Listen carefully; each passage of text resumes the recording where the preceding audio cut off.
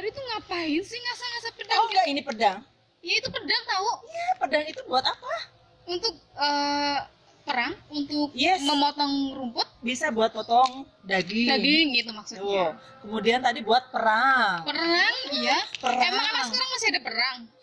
Perang batin. Perang batin. Oh. Janganlah, jangan. Kita jangan perang batin. Enggak sih. Ini lebih dipakai zaman dulu sih. Zaman dulu perang. Zaman dulu perang kan Iya. untuk memperebutkan kemerdekaan Republik iya. Indonesia. Betul sekali. Nah yang perang itu kan Para pahlawan dong. asli dulu tuh perangnya mereka tuh berjuangnya tuh Luar biasa lah gitu ya, sampai bergerilya gitu ya. ya mengorbankan nyawa mereka Nyawa. demi Betul. memperjuangkan kemerdekaan. Kemerdekaan Indonesia, betul. Padahal kita cuma punyanya bambu runcing. Kita bambu runcing, terus apa ya, pedang. Pedang-pedang yang kayak gitu-gitu ya. nggak Belum punya kita nggak punya pistol. Pistol senapan gitu nggak punya. Tapi kita bisa merdeka ya. Bisa merdeka karena perjuangannya yang luar biasa. Perjuangan para pahlawan ya nggak sih?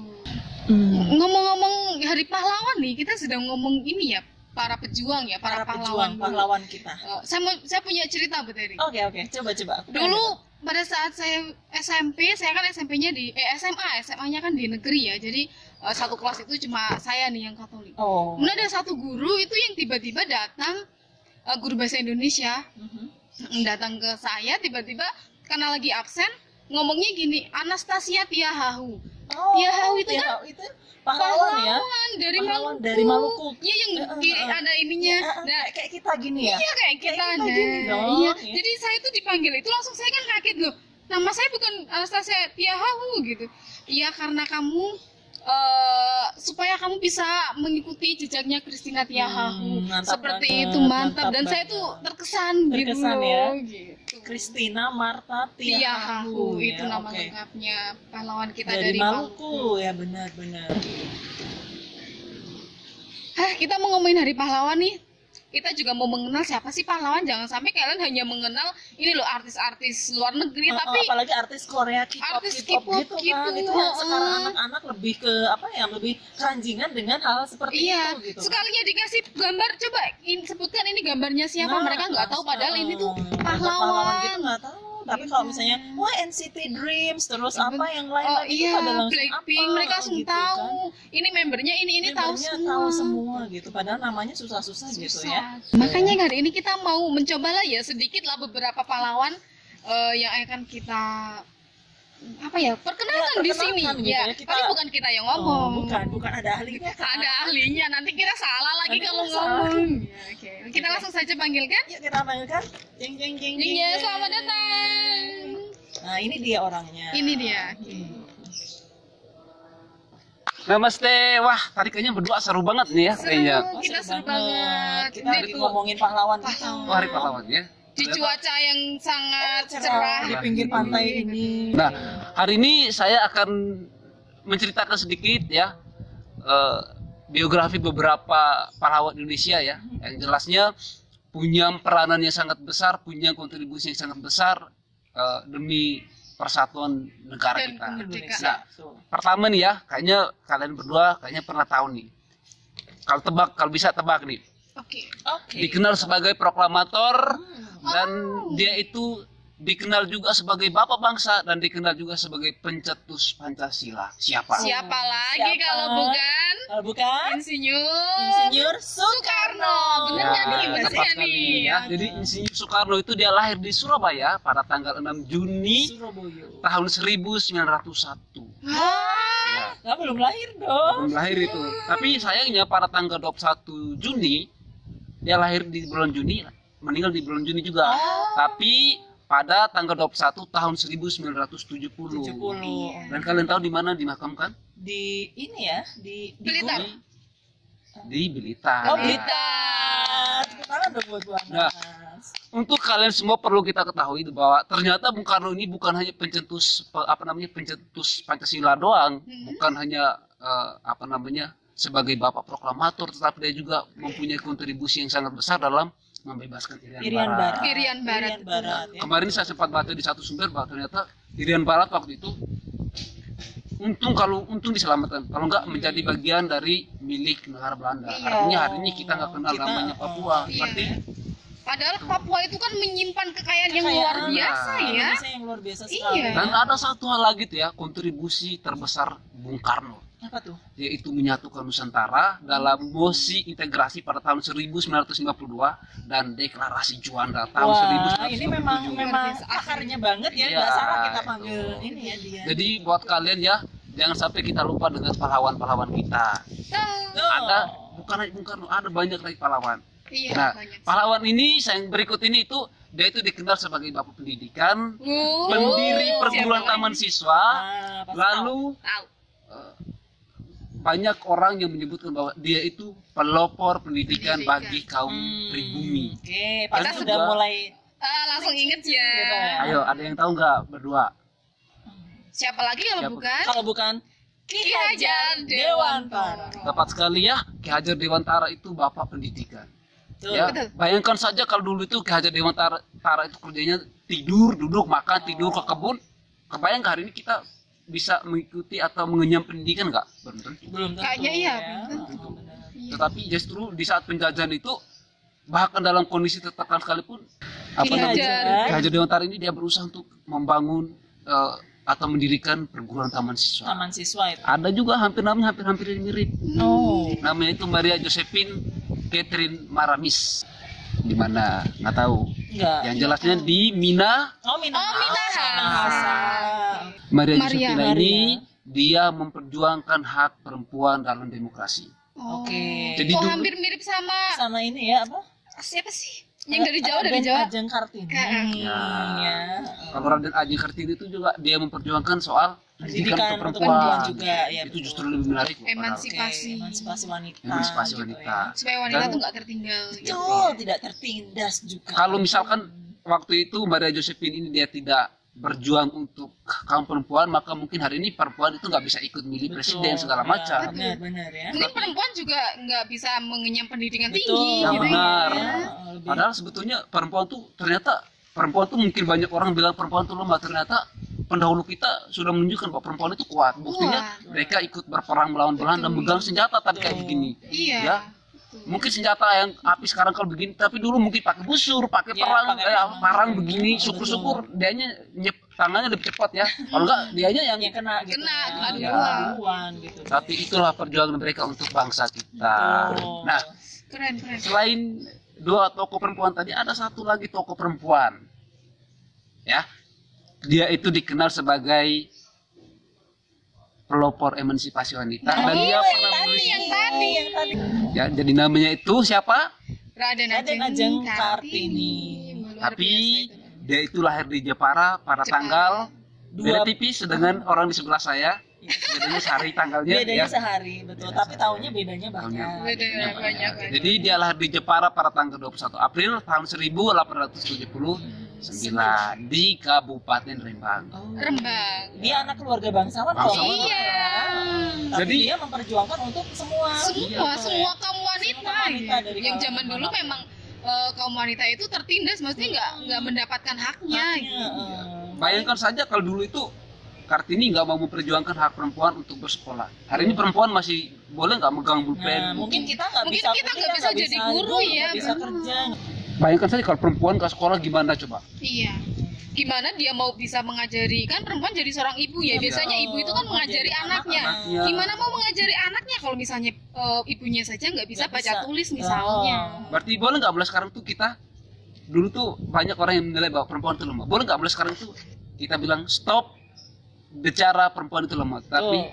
mari kita tunjukkan bahwa perempuan itu sebetulnya kuat. Kuat. Kuat, strong. Iya. Nah, ini ada yang terakhir ya. Pada kesempatan ini kami ya kita tidak menyampaikan secara detail Detail. semua pahlawan Indonesia, tapi kita Ya. hanya mengambil beberapa contoh. Dan salah satu pahlawan kita yang terakhir ini ya itu sangat unik. Oh iya, benar ya. unik. Luar Unik biasa. sekali. Sangat Luar unik biasa ya. karena yang pertama hari ini di tempat ini saya duduk itu di sebuah tempat dengan nama komplek titik Ah. kebun Kebun kangkung.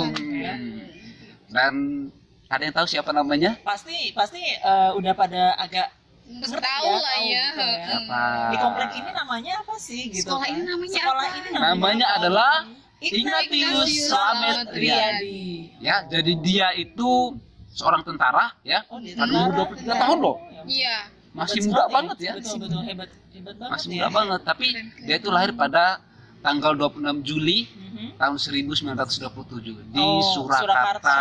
Solo ya. Orang Solo. Cowok. Iya. Dia memimpin perang di Ambarawa loh waktu itu. Oh, Ambarawa. Semarang. Ternyata Ambarawa ya. Perang Oke. Ambarawa dan perang apa namanya di Semarang pada tahun 1947, 2 tahun setelah kemerdekaan Indonesia, itu ternyata dipimpin oleh Ignatius Slamet Riyadi. Ya ampun, kita harus Ternyata bangga ya. bangga Ternyata dong, bangga. Dengan nama Ignatius Slamet Riyadi itu harus bangga gitu ya. Nah, konon Dan kata juga harus mengenal ini, oh ternyata Ignatius Slamet Riyadi itu pejuang ini harus tahu. bener gitu kan. konon katanya, saya baca di buku sejarah itu katanya waktu itu kota itu sudah diambil alih oleh pemerintahan Belanda.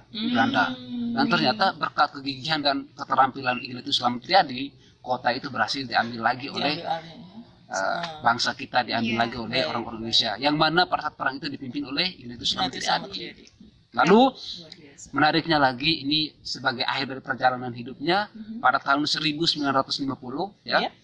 3 tahun setelah atau 5 tahun setelah Indonesia merdeka, dia dikirim ke Ambon. Ambon. Ambon. Ya. Kamu Ambon bukan? No. Oh, Oh, oke. bukan.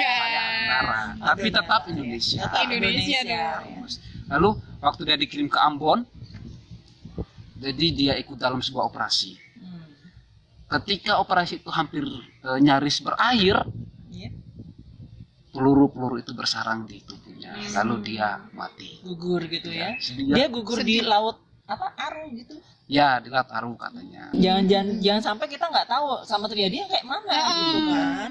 Padahal apalagi yang sekolah di Slamet Riyadi nggak tahu, bener. nah, itu parah. Parah banget, harus tahu dong gitu. Artis dari Korea tahu, tapi kalau dari Indonesia nggak tahu, Indonesia nggak tahu, pahlawannya nggak tahu, ya jangan- repot juga. Jangan kayak gitu guys, jangan Ya. kayak gitu. Bung Karno tuh dia pernah bilang begini, bangsa yang besar adalah bangsa yang tidak pernah melupakan sejarahnya. Betul. Tuh. Dan pernah Setuju. bilang gini juga apa? Musuh terbesarmu nanti adalah bangsamu sendiri Iya. gitu ya. Jadi jangan sampai apa yang diperjuangkan oleh pahlawan kita itu sia-sia gitu. Apa sih pesan dari momentum hari hari apa namanya pahlawan ini untuk PJJ, untuk anak-anak, untuk kita semua, apa sih pesan buat kita semua?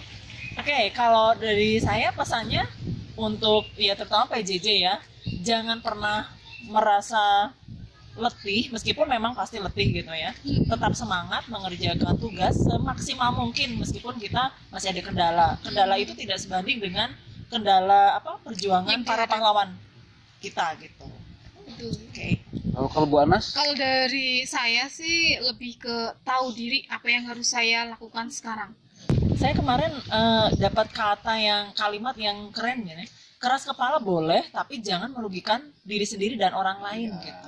Dan yang paling penting adalah mulai belajar untuk bertanggung jawab. Namaste. Namaste. Namaste, katakan.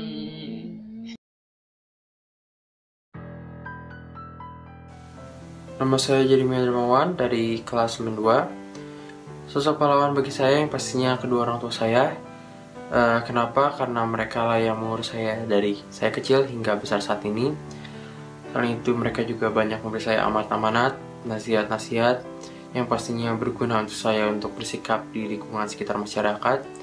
Selain itu juga mereka selalu ada untuk saya ketika saya memerlukan bantuan pastinya. Dan juga sosok pahlawan lain di hidup saya yaitu para guru.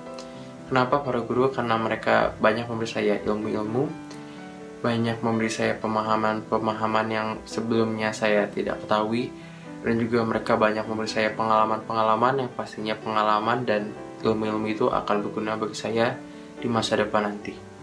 Seseorang membela negara, menolong orang lain, membela kaum lemah dan tertindas, atau yang melindungi sesama. Yap, semuanya benar. Karena tidak ada arti yang mengikat dan definisi satu orang dengan yang lainnya dapat berbeda-beda. Para pahlawan pembela tanah air dahulu memperjuangkan negara kita tercinta dengan mengorbankan nyawa.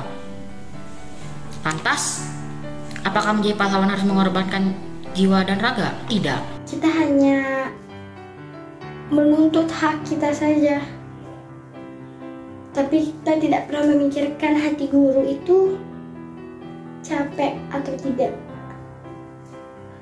Jadi mulai sekarang, kita harus memikirkan dan peduli kepada guru kita. Satu kata buat guruku, jika nanti aku sudah besar, akan selalu kuingat jasa-jasamu dan akan selalu kuingat pengorbananmu atas hidupku. Namamu selalu terukir di dalam hatiku. Terima kasih. Ibu adalah sosok pahlawan yang paling hebat menurutku. Ia mengandungku selama 9 bulan dan rela bertaruh nyawa demi aku. Ia selalu menggendongku tanpa lelah agar aku tidak merasa kesepian. Ia yang selalu ada di sisiku. Dan ibu juga yang selalu membawaku kemanapun. Ibu yang selalu menenangkanku dan menemaniku ketika tidur. Dan meskipun ia capek, tetapi ada banyak sekali pekerjaan rumah yang harus ia kerjakan.